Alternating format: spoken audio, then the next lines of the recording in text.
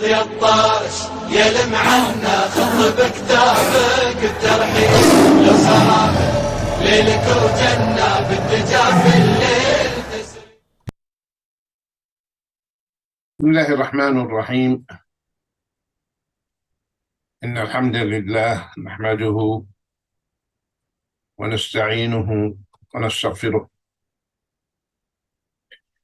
ونعوذ بالله من شرور أنفسنا ومن سيئات أعمالنا.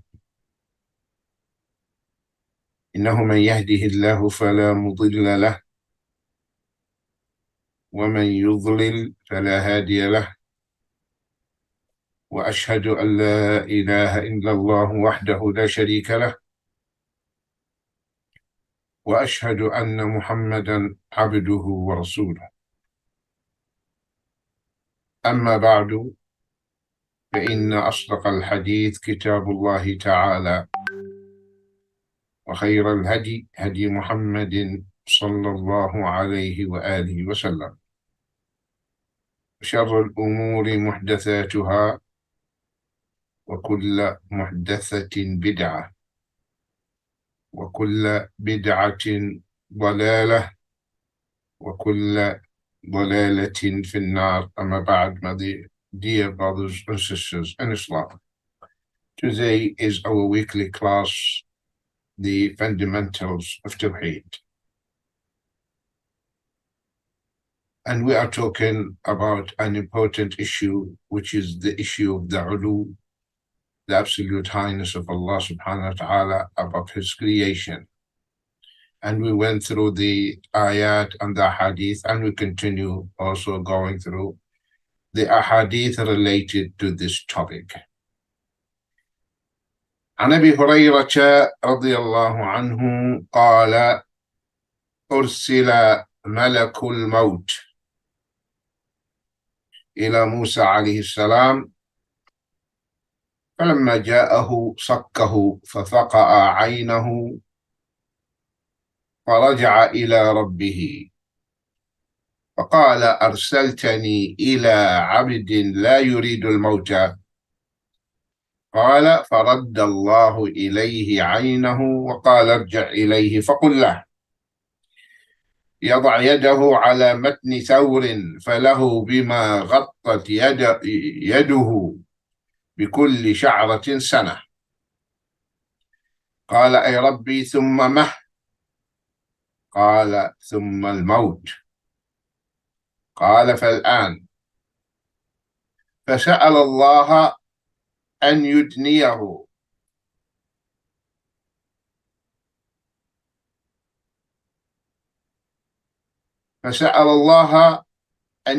من الأرض المقدسة رمية بحجر. فقال رسول الله صلى الله عليه وسلم: فلو كنت ثم لأريتكم قبره إلى جانب الطريق تحت الكثيب الأحمر. رواه مسلم. The meaning: Abu Hurairah reported that the angel of death was sent to Moses, to Musa alayhi salam, to inform of his Lord's summons, what Allah subhanahu wa ta'ala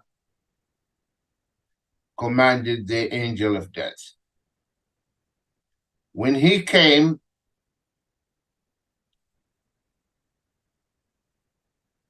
the angel of death, Musa boxed him and his eye was knocked out.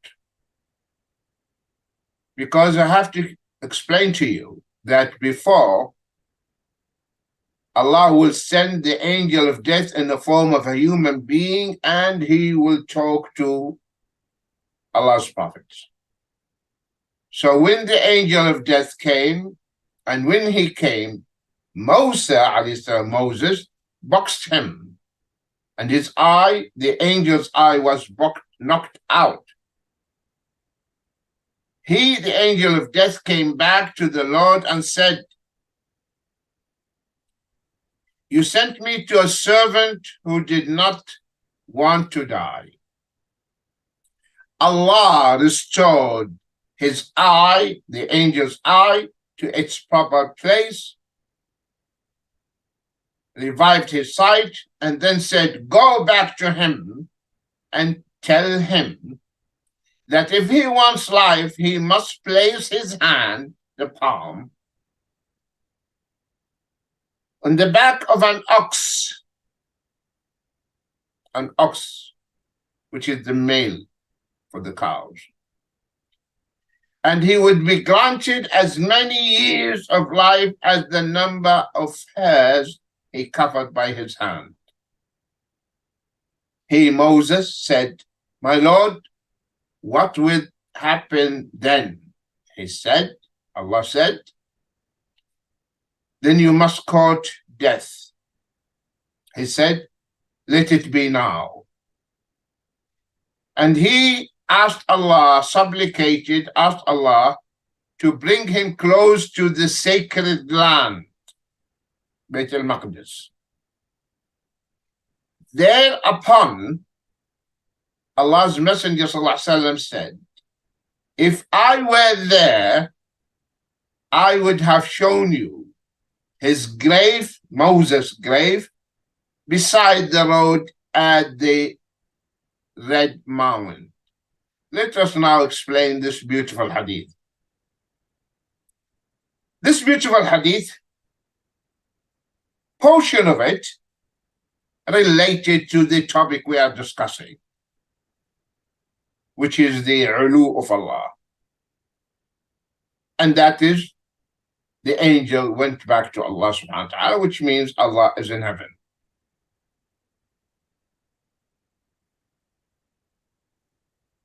This is the relevant portion of the hadith to the topic.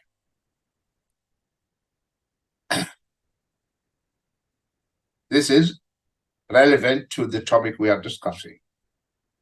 فَرَجَعَ إِلَىٰ رَبِّهِ. So he went back to Allah. And Allah is in heaven. So this beautiful hadith,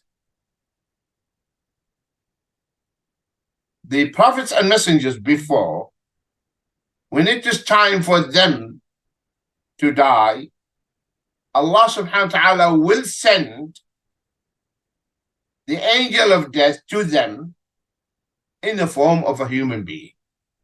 And he will talk to them and take their souls.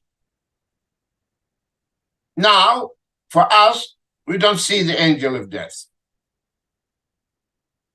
when he comes. And he doesn't come in a visible form to us, as used to come to the prophets and messengers. However, some people, when they are dying, Allah subhanahu wa ta'ala makes them to see the malaika, those who are helpers, because the angel of death, he doesn't come alone. He comes along with helpers. But the one who will take the soul and remove it is the angel of death, Malak al-Maut. And the Prophet ﷺ said, Malak al-Maut, the angel of death. He didn't say Israel, because many people, they say Israel. No, the Prophet ﷺ said, Malak al-Maut, the angel of death. So the angel of death is the one who's going to communicate with the soul and talk to the soul and ask the soul to come out. So the soul of the believer will yield, will respond, and will come out easily, just like a drop of water flowing out from the mouth of a skin bag. Whereas the soul of the evil person will be reluctant to come out. So the angel of death is the one who is going to take it by force, bring it out. So here Allah subhanahu wa ta'ala, He sent the angel of death to Musa alayhi salam. فَلَمَّا جَاءَهُ. So when the angel of death approached Musa, because the translation actually is not that precise, I have to be honest with you. You will never find satisfactory translations either of the Quran or the Hadith in English or any other tongue. Some that are better than others, but all they have deficiency. All. So when the angel of death approached Musa alayhi salam, sakkahu. The Musa, he hit the angel of death, who happened to be a human being in front of him. I want you to visualize this scene. Imagine Musa alayhi salam is sitting in his room. Door is closed, and all of a sudden a man in front of him telling him, give me your soul. What will be your reaction? It will be defensive. Naturally, your reaction will be defensive, to defend yourself, a human being reaction. That's what happened. So immediately the reaction was to defend himself. He hit the angel of death, who happened to be in front of him in the form, shape of a human being. And the angels, Allah has given them the ability to come in different forms and come in the form of a human being. As in the hadith, you know, of Jibreel came to Prophet ﷺ in front of the Sahaba, white clothes, comb hair, and no traces, no signs that he was a traveler, and yet he was a stranger. Sahaba was surprised. And they asked the Prophet ﷺ about Islam and Iman and Ihsan and the signs of the hour. So he came in the form of a human being. And most of the time he used to come in a human form, resembling one of the Sahaba, Dihya al-Kalb. So the Malaika, they have that ability. And the jinn as well. The jinn also. They can take the human form. And the hadith of Abu Hurairah with the shaitan, who taught Abu Hurairah the Ayatul Kursi to read before going to sleep, while stealing, and many times Abu Hurairah caught him. So this was the natural reaction of Musa alayhi salam. Sakkahu. And Musa alayhi salam was very strong physique. If you recall the story when he reached the Madian and he saw the two girls keeping their flock away from the rest of the people. So he approached them, he volunteered, approached them, say, why are you far away from the people? The two daughters of Shu'aib. So they told him, we don't fetch water and give water to our sheep till all the people leave the well, because they are daughters of a prophet, alayhi salam Shu'aib. So they are brought up, disciplined. They don't mix with men like women today and the girls today. Free mixing. They were away, far away from the men.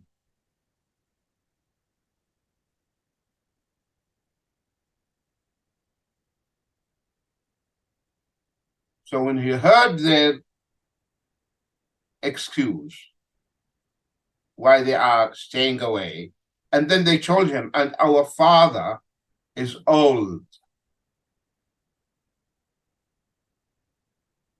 Otherwise, he will help us or will come with us, but he's old, which means we don't have brothers.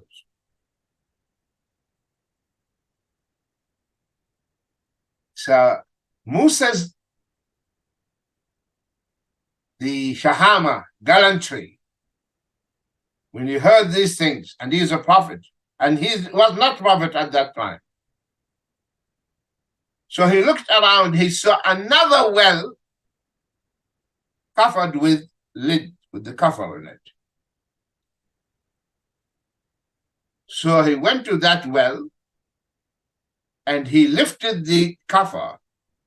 We said only group of men can do that, to show that he was, mashallah, very strong. So he lifted the lid, the cover, and he threw the bucket into the well, hoisted the bucket, raised the bucket full of water, gave the water to the animals, to the sheep and goats, so that the girls, they went very early to their home, to the house.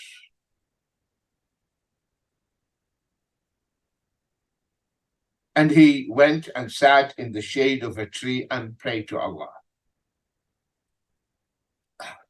Oh Allah, I am in need of your blessing. Their father was surprised that they came so early. So he asked them what happened. They informed him what happened. So he sent one of them, said, go, because this man must be trustworthy, honest, a real man. I need to reward him. So one of the girls came, as the Quran describes, Tamshi al istihya. If you know Arabic, you will visualize and appreciate the beauty of Arabic. Tamshi, she walks, al istihya, modestly, full of bashfulness, full of haya. He didn't approach him and say, my father is asking you to come to reward you. He was talking politely, lowering her head, modestly. So he told her, Musa alayhi salam, I will walk in front of you and you walk behind me. If you want me to go to the right, throw a pebble, stone to the right. You want me to go to the left, throw a stone to the left. There was no conversation. And who knows, maybe one of those deviant, modern callers to Islam will come. Oh, and this is a proof for dating. So they were talking and free mixing and all that nonsense.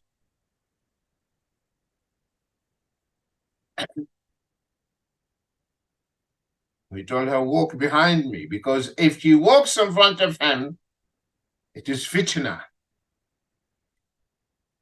Imagine you're walking behind a woman and she is walking in front of you and you are seeing all her body.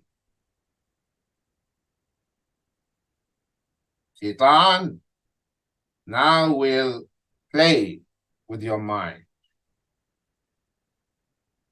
That's why we are told to lower our gaze and not to look. And that's why the Prophet ﷺ said, إِذَا أَقْبَلَتِ الْمَرْأَةُ أَقْبَلَ مَعْهَا شَيْطَانٌ وَإِذَا أَدْبَرَتْ أَدْبَرَ مَعْهَا شَيْطَانٌ. When a woman is approaching you, Shaitan is next to her, trying to make her Miss World, beautify her in your eyes. So you are glancing and you are studying and every part of her body. Also, when she is heading away, you are seeing her figure. And some women are evil ones. So when they walk seductively, swaying their bodies to seduce men and to trigger their desires. So when Musa alayhi salam reached the house and he met Shu'aib alayhi salam, so as you know the story, Shu'aib alayhi salam told him, I will hire you. Because one of the girls hinted to her father, oh father, ista'jirhu, hire him. He is trustworthy and very strong. So how did she know he's trustworthy? How did she know that he's strong? The ulama, they said, because she saw him when he lifted the kafar, so he's strong. How did she know about his amana, his honesty, when he told her, walk behind me? So that was a hidden message from the girl to her father. Hidden message. So she just, instead of saying, get me married to him, he said, hire him. Oh, my dad. Because I saw the credentials.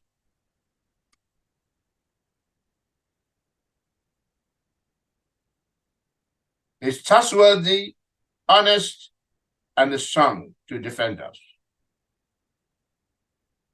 Immediately the father got the message. And this is very important, that we know our children. She just hinted. The message was not clear. So Shu'aib alayhi salam got the message. So he said, I want to get you married to one of my daughters.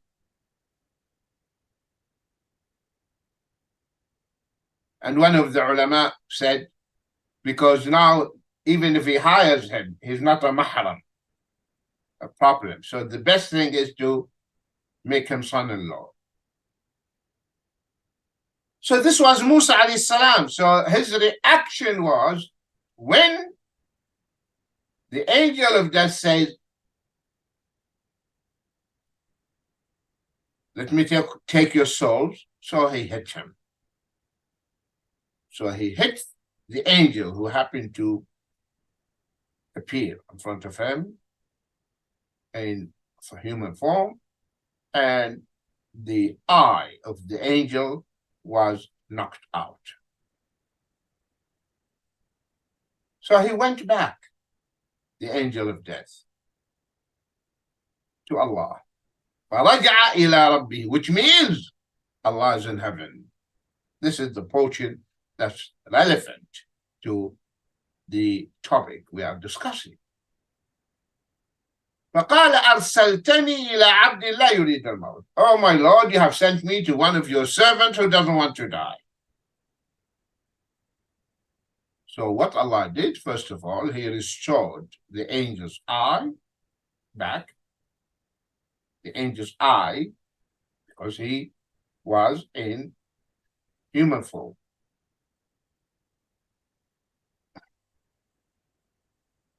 فَرَدَّ اللَّهُ إِلَيْهِ عَيْنَهُ.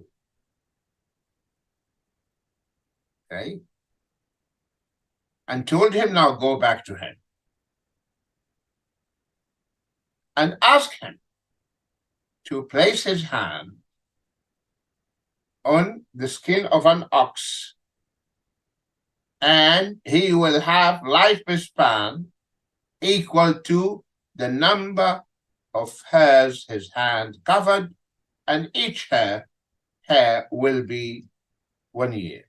So 100 hairs, 100 years. 200 hairs, 200 years. Now, the second time, Musa did not hit him, because now he realized this is the angel of death. He didn't react now. That was natural reaction.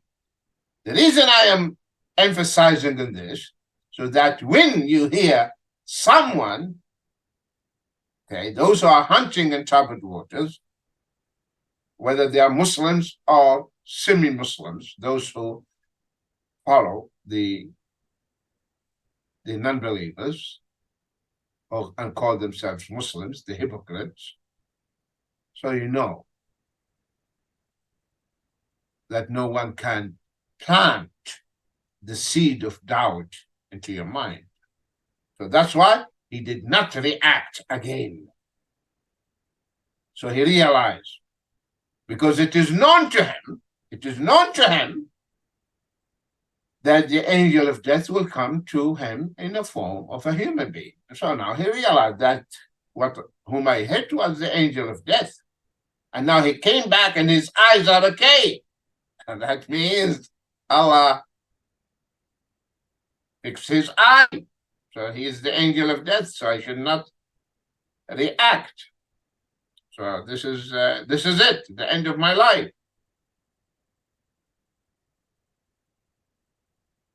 So he only raised a question. ثم ما. So there are words in Arabic, ma, sa, kih, all these things. Okay? Which they convey the meanings of the af'al. Asma' al-af'al. These are names and nouns replace the verbs. So when I say sa means keep quiet. If you want a child to remove something, or bakhin, here in the hadith, bakhin. Oh, what a wonderful thing. What an amazing thing. That's why I am tired of begging you to learn Arabic. I'm tired, but I will keep reminding you. If you want to understand your Islam. And what was after that? He was told, Al-Maut. كل نفس ذائقة الموت.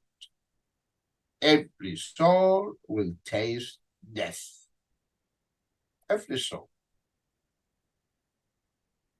No exception. Even the maut itself will die, as you know. Death itself will finish.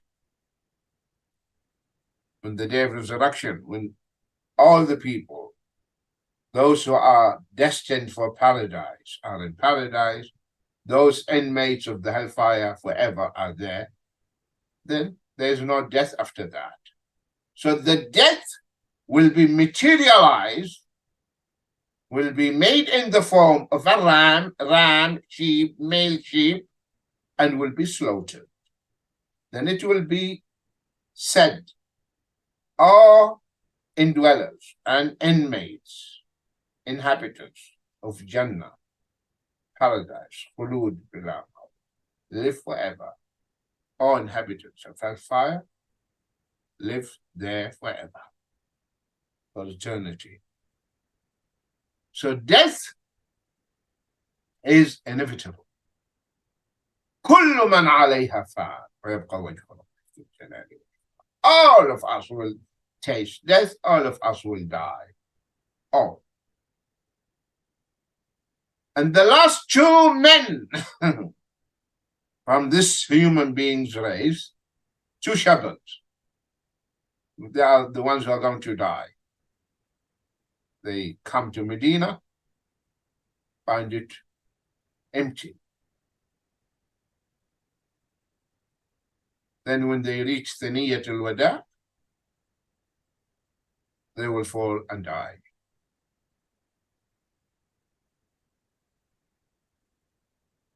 Then Musa said, if after all is death, I have to die, then it is better to die now. To die now. قال فالآن, take my soul now, my Lord. But he had a request. فسأل Allah, so he asked Allah, أن يدنيه. أدنى يدني means to draw near, to draw something closer to you. أدنو مني, come close to me. أن يدنيه, to bring him closer to. أن يدنيه من الأرض المقدسة. أرض المقدسة is Palestine, Beit al-Maqdis. Because when Allah subhanahu wa ta'ala told Musa alayhi salam to take Bani Israel, the Israelites, from Egypt,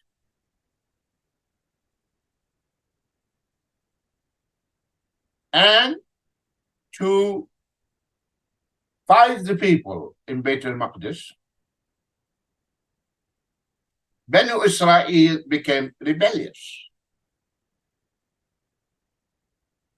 And they told Musa alayhi salam, go, you and your Lord fight them. Which means Palestine was populated. So when Musa alayhi salam asked them for jihad to enter the Holy Land, they refused. They said, you go and fight with Allah alone. So Allah punished them. Allah punished Bani Israel. And they were lingering in the same area for 40 years. 40. The ulama said, until that generation, rebellious generation, passed away. New generation, pious and righteous. Because we believe as Muslims that the followers of Musa alayhi salam, they were Muslims. Followers of Isa, they were Muslims. All. Because the deen is al-Islam.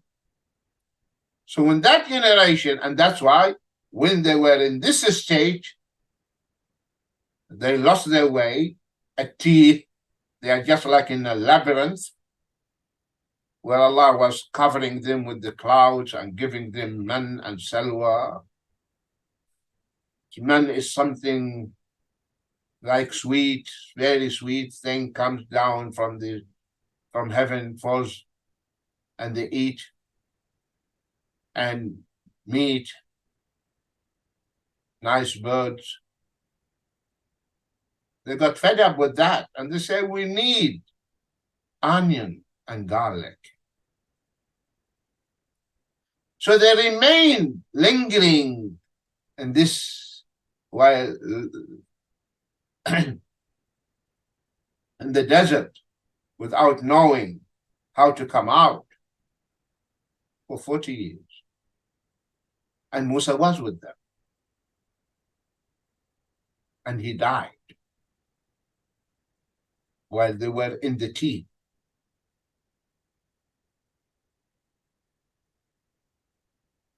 So that's why he asked Allah subhanahu wa ta'ala to take his soul and make him very close to Beit al-Maqdis, to the Holy Land.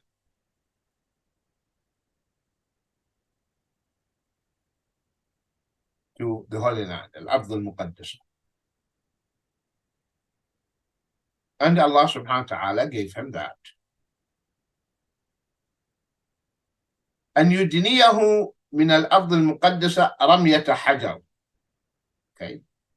Stone throw. Stone throw.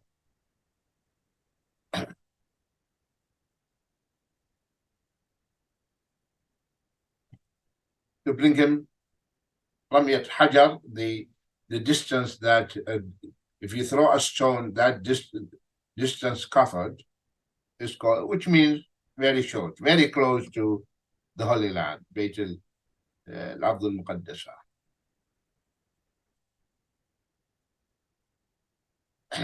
And there Allah subhanahu wa ta'ala took his soul, alayhi salam.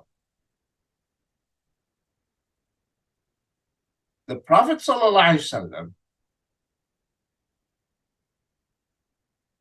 in the night of the Isra and Mi'raj, he passed by that place and he saw Musa alayhi salam in his grave praying, standing praying.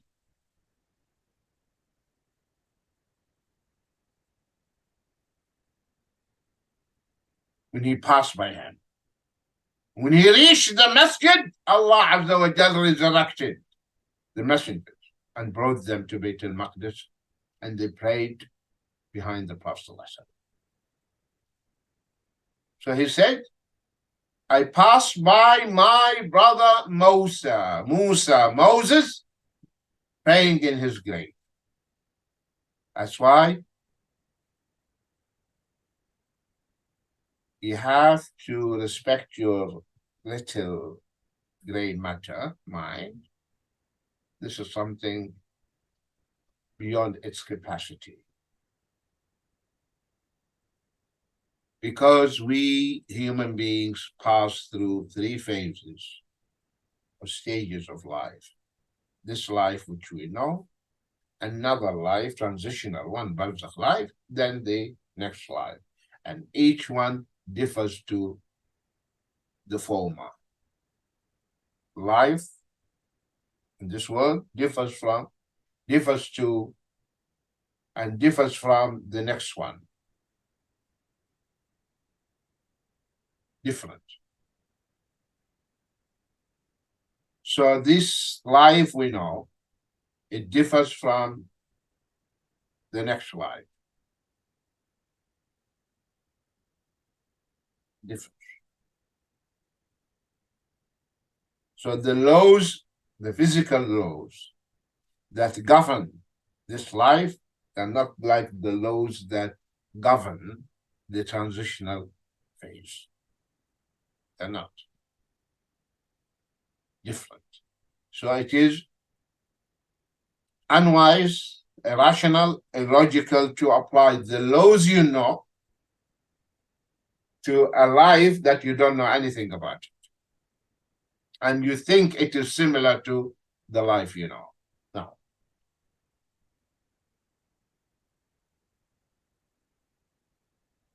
So this transitional life, which is death after leaving this world.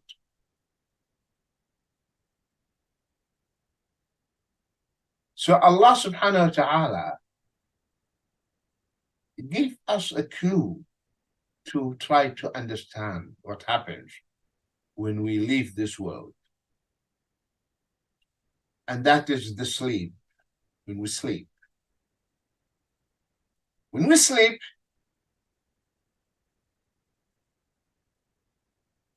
we see things. We see the colors. We see the birds, forest, while we are asleep. Though we know the way to see things, the sense of seeing is the eye. But our eyes are closed in the sleep. And the lights are turned off. Yet, you see things. So the question is, via which of the 5 senses do we see things?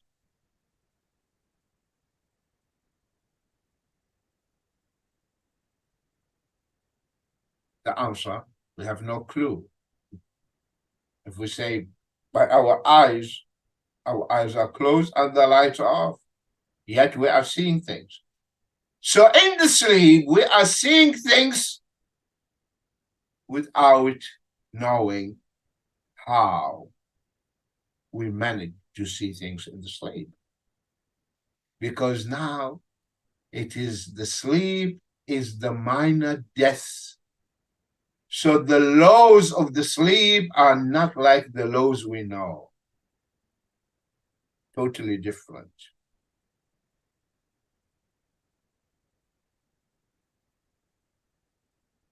The longest sleep they measured by putting probes on people's heads while sleeping, seeing the activities of the mind, they calculated very short, very short period of time, even less a minute, seconds.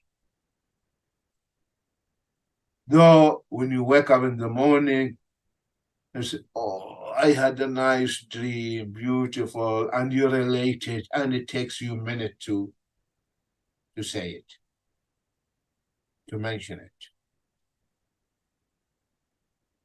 Though it was very short, because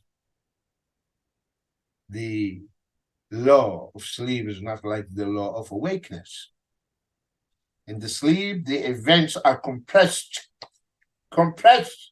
within a short period of time. Now you want this data, information, to be related to to us human beings during the day, so the information will be uncompressed and it will take time, because the law is totally different. So that is death, that is sleep. Death, transitional life, barzakh life, totally different. So don't compare the barzakh transitional life to the life you know. And you pose the question, how come Musa is standing in his grave? Yeah, this is something we cannot understand it, because we are imagining him standing in the way we know. We don't know what happens to the grave, expanded, all these things. So the Prophet saw him standing in his grave. And it's not difficult for Allah to make him do that, to stand and pray. So that's why when it comes to these issues, believing in the unseen, and it is totally another phase, another transitional life, we say, only Allah knows. But we believe that the Prophet ﷺ, he saw him praying. This is the barzakh life. That's why the Prophet ﷺ, he said, فَلَوْ كُنْتُ ثَمَّ, when you hear ثَمَّ means there, not thumma. Thumma means then. Thamma means there. So if I were there, telling the Sahaba, if I were there, okay, if you and myself are there, I would show you his grave. فَلَوْ كُنْتُ ثَمَّ, okay, لَأَرَيْتُكُمْ قَبْرَهُ, I would show you his grave. And he gave exactly the location. إِلَى جَانِبِ الطَّرِيقِ. So he was buried, Musa alayhi salam, beside the main road, عند الكثيب الأحمر, تحت الكثيب الأحمر, تحت, below the red mound. Red mound. Mound is something looks like a hill, pile of stones. So his grave was beneath that. تحت الكثيب الأحمر, at the red mound. That's what the Prophet ﷺ saw.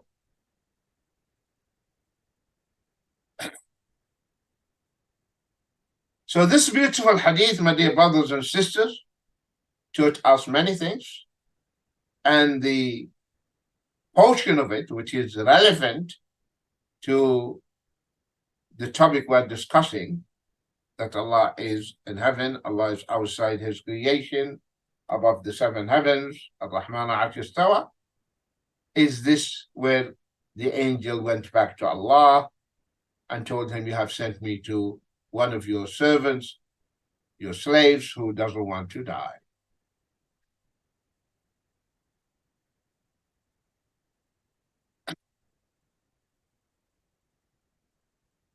Another hadith,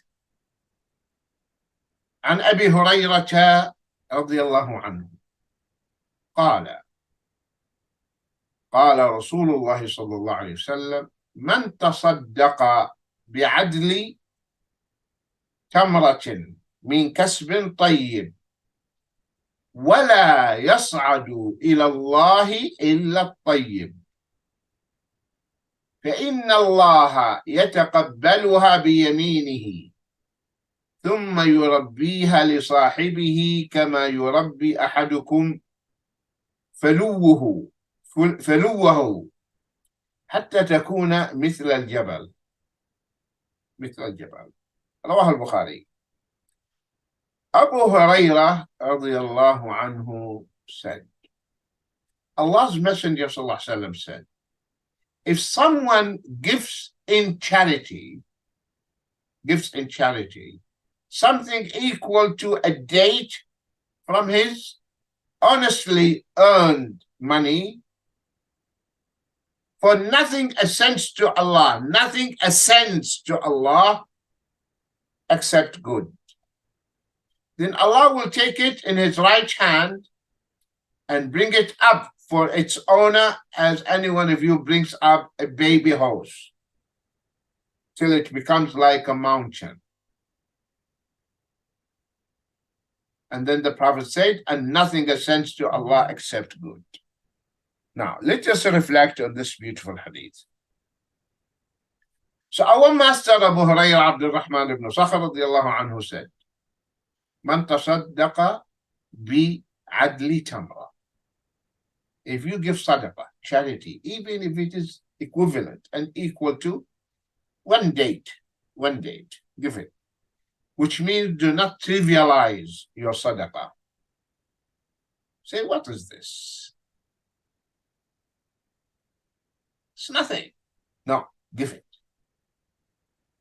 That is what you have, give it. And it is the shaitan who will come to you and say, come on. What? This half a pound you are giving, or less than that, or a dime. Huh? No. It's better not to give, because he knows, shaitan knows, that if you give this sincerely, Allah will multiply it. So he wants to deprive you of having such reward. So don't listen to these satanic whispers. Give. And we need to develop the habit of giving. Make it your habit that you give sadaqah every day. Every day. Al-abdu fi sadaqatihi yawm al-qiyamah.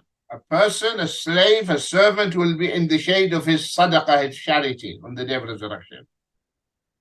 So if you are giving sadaqah, so you are going to have shade on the day of resurrection. People are sweating. The sun, the beams of the sun, the rays of the sun hitting them, sweating, and you are comfortable because you have shade because of your sadaqah. And this shade will be proportional to your sadaqah.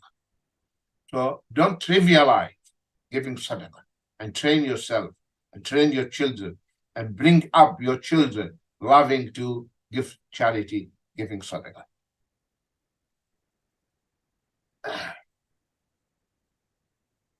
So even if it is equal to one date. ولا, the portion that is relevant to the topic we are discussing. ولا يصعد إلى الله إلا الطيب. And what ascends, to go up to Allah. Not to go to the right, not to go to the left or down, goes up because Allah is above us. I told you, ask any child, where is Allah? Where is God? Fitrah. And he gives the right answer. And you go to Maulana with big turban, and he's a graduate of a known institution in the Sharia, but his aqidah is corrupt. So you ask him this question, where is Allah? Say, A'udhu billah. This is kufr. This is blasphemy. This is disbelief. To ask that question. God is everywhere, of course. Wrong, Maulana. The child got it right. You got it wrong, Maulana.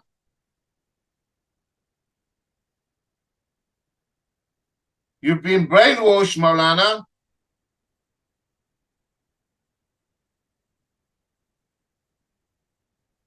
You are spoiled by the corrupt belief of the deviant groups and sects who were influenced by the Greek philosophy. So you are a victim of ilm al-kalam, Maulana. Maulana, the one who asks where is Allah, is Muhammad sallallahu alaihi wasallam, as in Sahih Muslim and other books of the Hadith. When he asked the slave girl, where is Allah? She said, Fi sama. He asked her, Man ana? Who am I? He said, Rasulullah. Upon that, after answering these two questions, which you failed, Maulana, to answer, the Prophet ﷺ gave the certificate,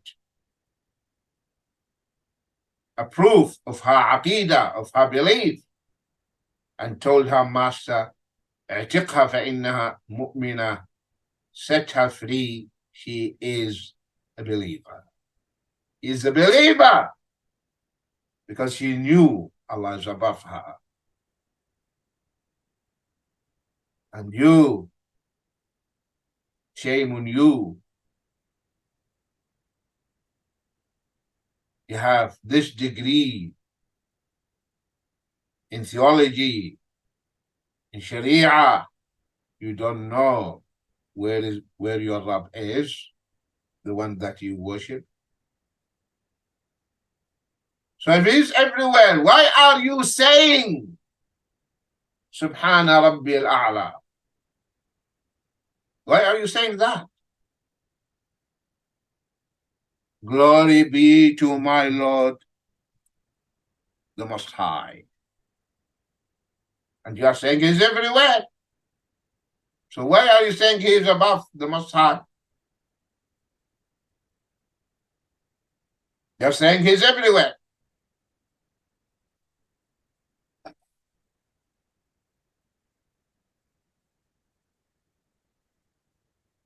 ولا يصعد إلى الله إلا الطيب. And nothing ascends to Allah. Nothing goes up. The Prophet ﷺ, why did he go up? Maulana, why didn't he go to the west, to the east? Why did he go up? Whom did he talk to? Whom did Jibreel took him to? Why there was Mi'raj, ascension? Why?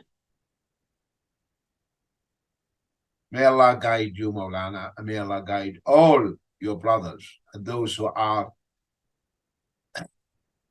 brainwashed by the wrong belief. And may Allah guide all the Muslims to the correct belief. وَلَا يَصْعَدُ إِلَى اللَّهِ إِلَّا الطَّيِّبِ, and only the good things. طيب, things that are whole, things that are done purely for the sake of Allah, things that are earned from halal source. That's what will ascend to Allah, and that Allah subhanahu wa ta'ala will accept such righteous deed. فإن الله يتقبلها بيمينه. Allah receives your sadaqah بيمينه, by his right hand, in his right hand. And he multiplies it. He multiplies this sadaqah. This sadaqah will be multiplied. Allah will invest it for you. Allah will make it more and more for you and multiply it manifold.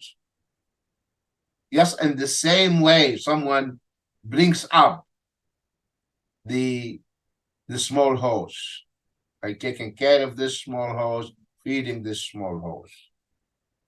Until this sadaqah, the one date, its reward is so colossal, so great, equal to a mountain, like a mountain. May Allah subhanahu wa ta'ala accept our deeds and your deeds, and may Allah subhanahu wa ta'ala make us among those who constantly give sadaqah fi sabilillah. May Allah subhanahu wa ta'ala bless us with the beneficial knowledge and righteous deeds, and may Allah subhanahu wa ta'ala forgive us our faults and mistakes and ignorance, and may Allah subhanahu wa ta'ala keep us remain steadfast on this beautiful deen until we meet our Rabb and find him pleased with all of us. Ameen.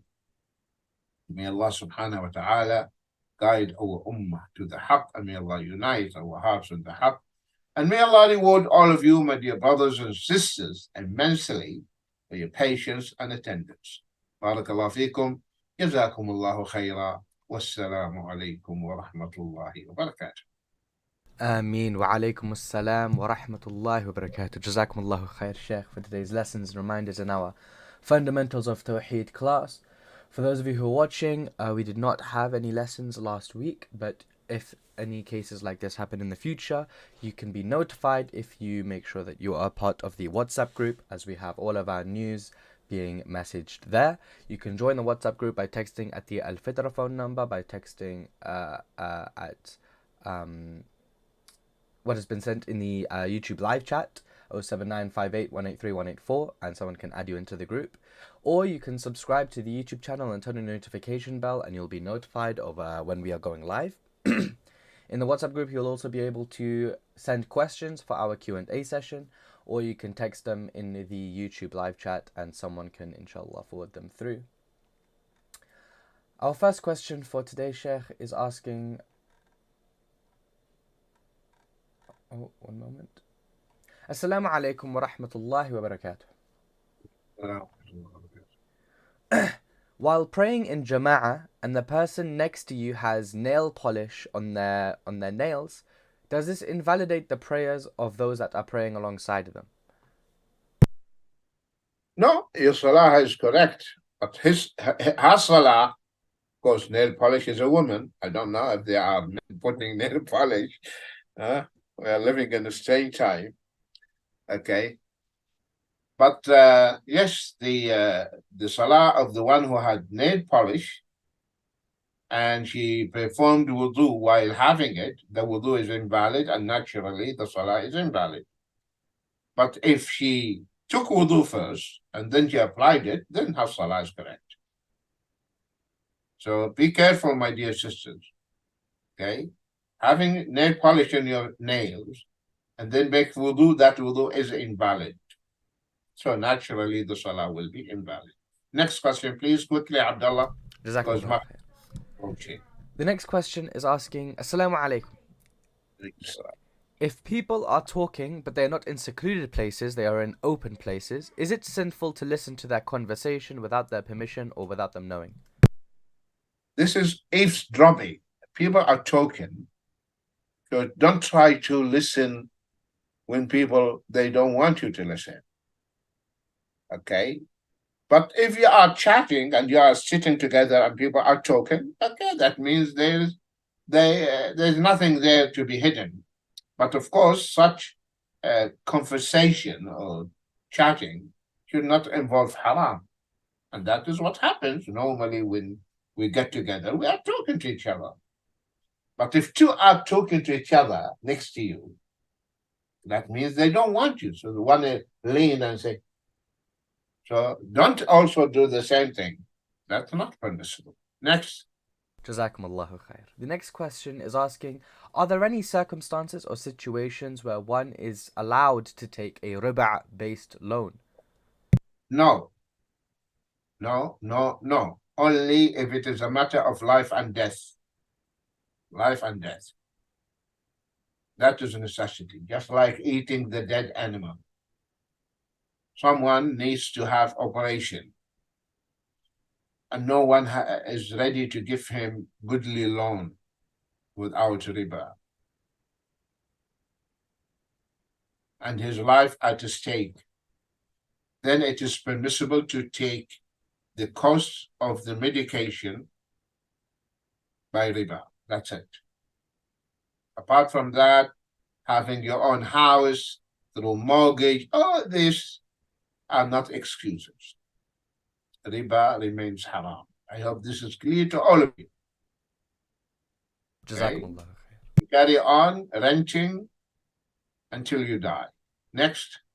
Jazakumullahu khair, Sheikh. The next question is asking, after finishing the ruku' in salah, when we stand and then we bow to go into sujood, should we place our hands first on the floor or should we place our knees first on the floor?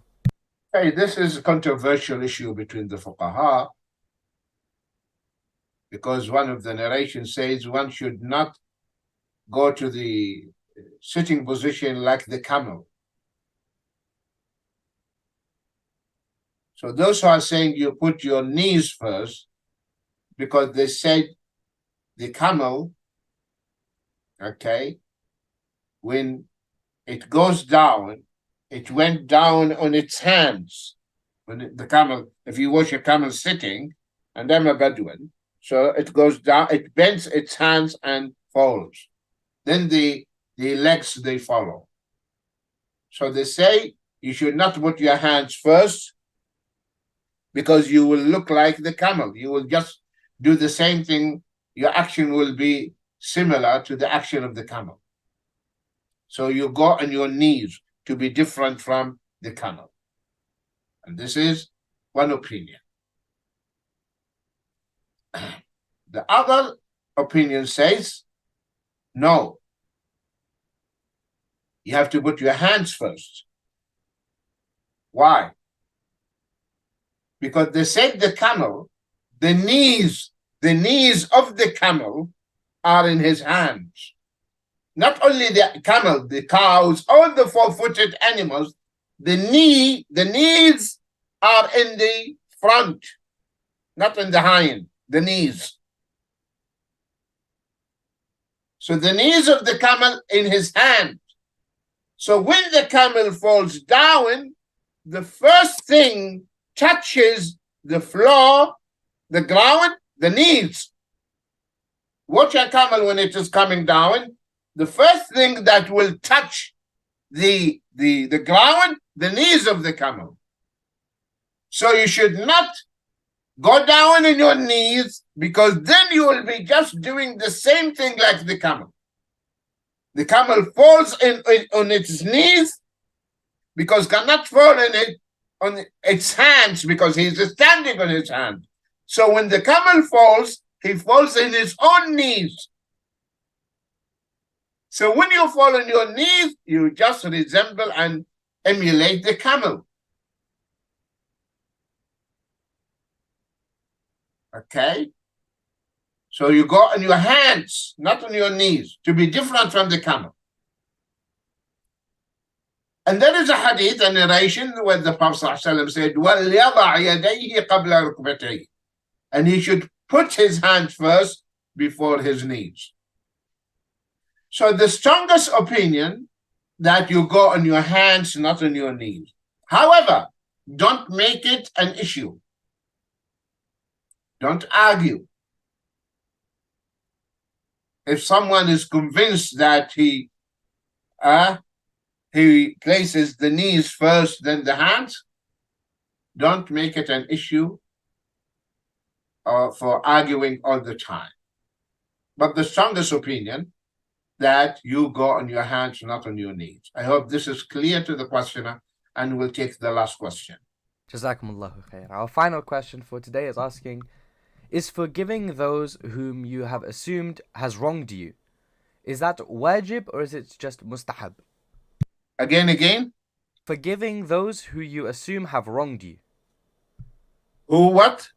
So if you assume that someone else has done wrong by you or has wronged you in some way. Has wronged you. Yes, okay. Is forgiving them a wajib act or is it just mustahab? It is mustahab. It is mustahab. If you don't want to forgive, but of course, the best thing, when you forgive, Allah will forgive you. No doubt. So to forgive is lofty status. But if someone wronged you and you're hurt and you don't want to forgive, you want him to be punished, okay, you are not sinful. But is this something recommended? No, it's not recommended. Because all of us are sinners. All of us, we made mistakes and wronged people. So we want Allah subhanahu wa ta'ala to forgive us. So we forgive the people. We forgive the people. Okay. Jazakumullahu khair, Sheikh. Alhamdulillah, that brings us to the end of today's session. For those of you watching, please don't forget to tune in tomorrow at 1:30 p.m. UK time. Stay tuned in the WhatsApp group so that you can be notified in case any plans are changed or anything happens differently. And subscribe and turn the notification bell on YouTube so that you are notified at the exact time that we are going live, inshallah.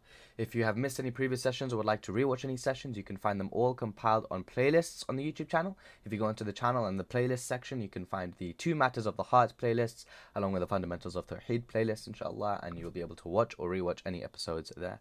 And Sheikh, if you have any final words, I can pass it to you, inshallah. Barakallahu feekum, jazakumullah khair. May Allah bless you, bless your family, protect you, protect your family. May Allah elevate your status in this world and in Jannatul Naeem. Ameen. Until we meet tomorrow, inshallah, I leave you in Allah's company and protection. Hifdullah wa ra'ayatihi. Assalamu alaikum wa rahmatullahi wa barakatuh. Ameen wa alaykum assalam wa rahmatullahi wa barakatuh.